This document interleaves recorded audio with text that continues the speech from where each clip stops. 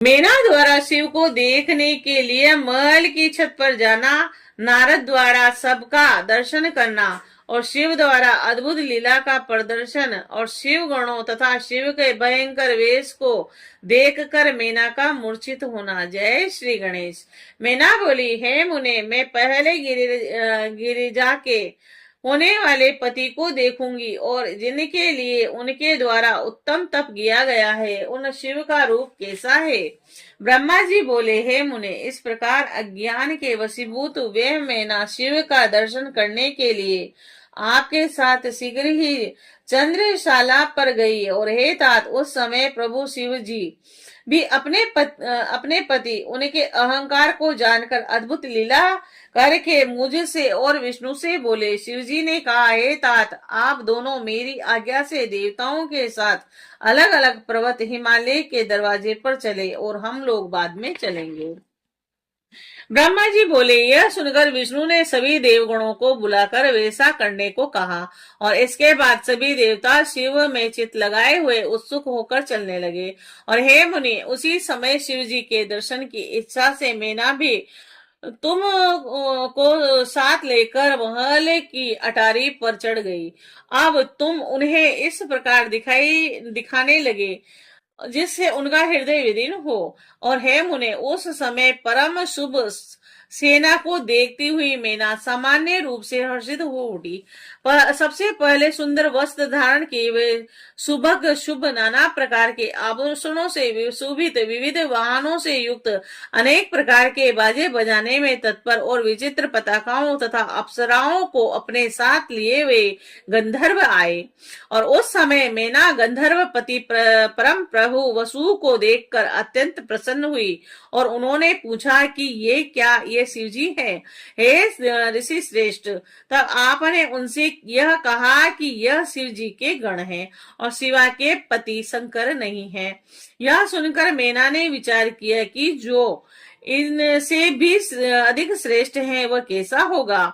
और उसी समय जो मणिग्रीव आदि यक्ष थे उनकी सेना को उन्होंने देखा, जिनकी शोभा गंधर्वों से दुगनी थी। और यक्षाधिपति मणिग्रीव को अत्यंत शोभा से समन्वित देख कर शिवा स्वामी रुद्र है, यह मैना हर्षित होकर ऐसा कहा।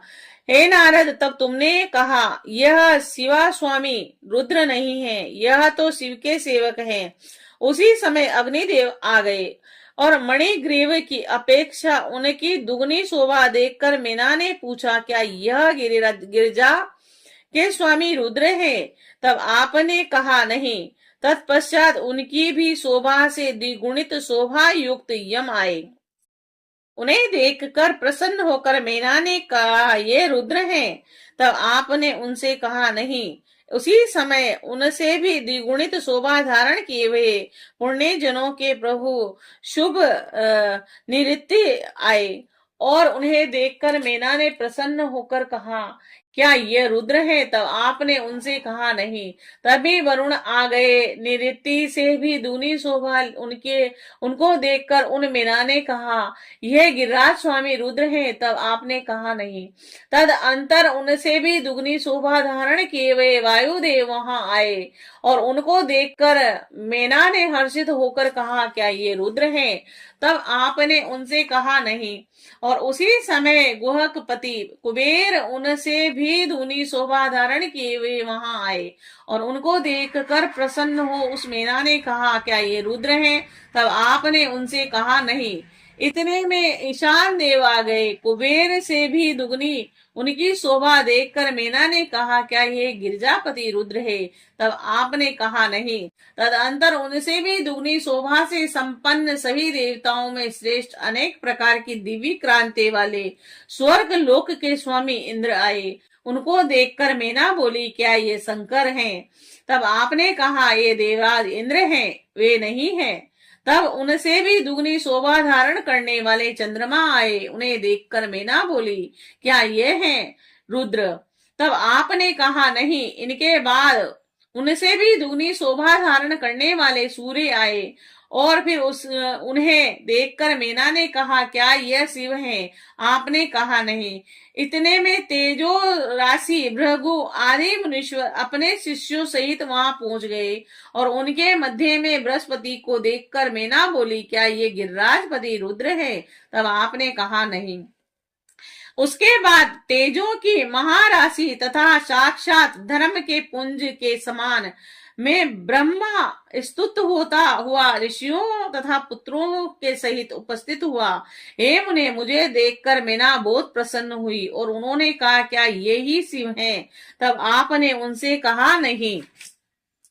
इसी बीच संपूर्ण शोभा से युक्त श्रीमान मेघ के समान श्याम वर्ण वाले 4 भुजाओं से युक्त करोड़ों कामदेव के समान कमनीय पीतांबर धारण किए हुए अपने तेज से प्रकाशित कमल नयन शांत स्वभाव श्रेष्ठ गरुड़ पर सवार शंख आदि लक्षणों से युक्त मुकुट आदि से विभूषित वक्ष स्थल पर श्री वत्स का चिन्ह धारण किए हुए अप्रमेय क्रांति से संपन्न लक्ष्मीपति भगवान विष्णु वहां आए और उनको देखकर उनके नेत्र चकित हो गए और उन्होंने हर्ष से भरकर कहा, यही साक्षात गिरजापति शिव हैं, इसमें संदेह नहीं है। तब मेना का यह वचन सुनकर परम कौतुक की आपने कहा, यह शिवापति नहीं है और अपितु यह केशव विष्णु है। यह शंकर के समस्त कार्यों के अधिकारी तथा उनके प्रिय हैं और उन पार्वती पति शिव को इनसे भी अधिक श्रेष्ठ समझना चाहिए। हे मैंने उनकी शोभा का वर्णन मैं नहीं कर सकता। वे ही समस्त ब्रह्मांडों के अधिपति सर्वेश्वर एवं स्वराष्ट्र हैं। ब्रह्मा जी बोले, नारद के वचन सुनकर मीना ने उसको पार्वती को महाधनवती और भाग्यवती तीनों कुलों पितु कुल, मातु कुल और पति कुल को सुख देने वाली तथा कल्याणकारिणी समझा और इसके बाद प्रीति युक्त चित्त से प्रसन्न मुख वाली मीना बार बार अपने भाग्य की बड़ाई करती हुई कहने लगी। मीना बोली, पार्वती के जन्म से इस समय मैं सर्वथा धन्य हो गई और गिरीश्वर भी आज धन्य हो गए। मेरा सब कुछ धन्य हो गया। उत्तम प्रभाव से युक्त जिन जिन देवता एवं देवाधिपतियों को मैंने देखा, उन सबके जो स्वामी हैं वे ही इनके पति होंगे और उनके भाग्य का क्या वर्णन किया जाए। इसके द्वारा भगवान शिव को पति रूप में प्राप्त करने के कारण 100 वर्षों में भी पार्वती के सौभाग्य का वर्णन नहीं किया जा सकता। ब्रह्मा जी बोले, प्रेम से परिपूर्ण चित्त वाली मीना जब इस प्रकार कह रही थी, उसी समय सब कुछ करने में सर्वथा समर्थ प्रभु रुद्र अद्भुत वेश धारण कर आ गए। हे तात, उनके गण भी अद्भुत थे जो मीना के गर्भ को दूर करने वाले थे। उस समय प्रभु रुद्र अपने को माया से निर्लिप्त तथा निर्विकार दिखा रहे थे और हे नारद, हे मुने, उस समय उनको आया देखकर परम प्रेम से आप शिवा के पति शंकर को दिखाते हुए मीना से कहने लगे। नारद जी बोले, हे सुंदरी, आप देखिए, यही साक्षात शंकर है जिनके निर्मित वन में पार्वती ने कठिन तप किया था। ब्रह्मा जी बोले, नारद के वचनों को सुनकर मीना हर्षित होकर अद्भुत आकृति वाले अद्भुत गणों से युक्त तथा आश्चर्यजनक प्रभु शिव को देखने लगी और उस समय भूत प्रेत आदि से युक्त तथा नाना प्रकार के गणों से समन्वित अत्यंत अद्भुत रुद्र सेना आ पहुंची और इनमें कोई आंधी के समान रूप धारण किए हुए थे, तो कोई पताका के समान मर्मक शब्द कर रहे थे, तो कोई वक्रतुंड थे तथा कोई विकृत रूप वाले, कोई विकराल थे, कोई बड़े दाढ़ी मूंछों वाले थे, कोई लंगड़े, कोई अंधे, हाथ में दंड पाश और कोई मृदंग धारण किए हुए थे, कोई विरुद्ध वाहन पर सवार थे, तो कोई श्रृंगी नाद कर रहे थे, तो कोई डमरू बजा रहे थे, तो कोई गो मुख बजा रहे थे, कोई मुखर हित थे, कोई विकट मुख वाले थे, तो कोई बोध मुख वाले थे, तो कोई हाथ से रहित थे, कोई विकृत हाथ वाले थे, तो कोई गण बोध हाथों वाले थे, कोई नेत्रहीन और कोई बोध नेत्र वाले थे, कोई बिना सिर के तो कोई विकृत सिर वाले, कोई कर्णहीन तो कोई भूत कान वाले, और सभी गण नाना प्रकार के वेश धारण किए हुए थे। और इसी प्रकार और भी विकृत आकार वाले अनेक प्रबल गण है तात असंख्य बड़े वीर और भयंकर। उनके बाद हे मुने, आपने मेना को रुद्र गणों को उंगली से दिखाते हुए कहा, हे व्रानने, आपने इन शंकर के गणों को और शंकर को भी देखिए। हे मुने, भूत प्रेत आदि असंख्य गणों को देखकर वे मेना तक्षण भय से अत्यंत व्याकुल हो गई।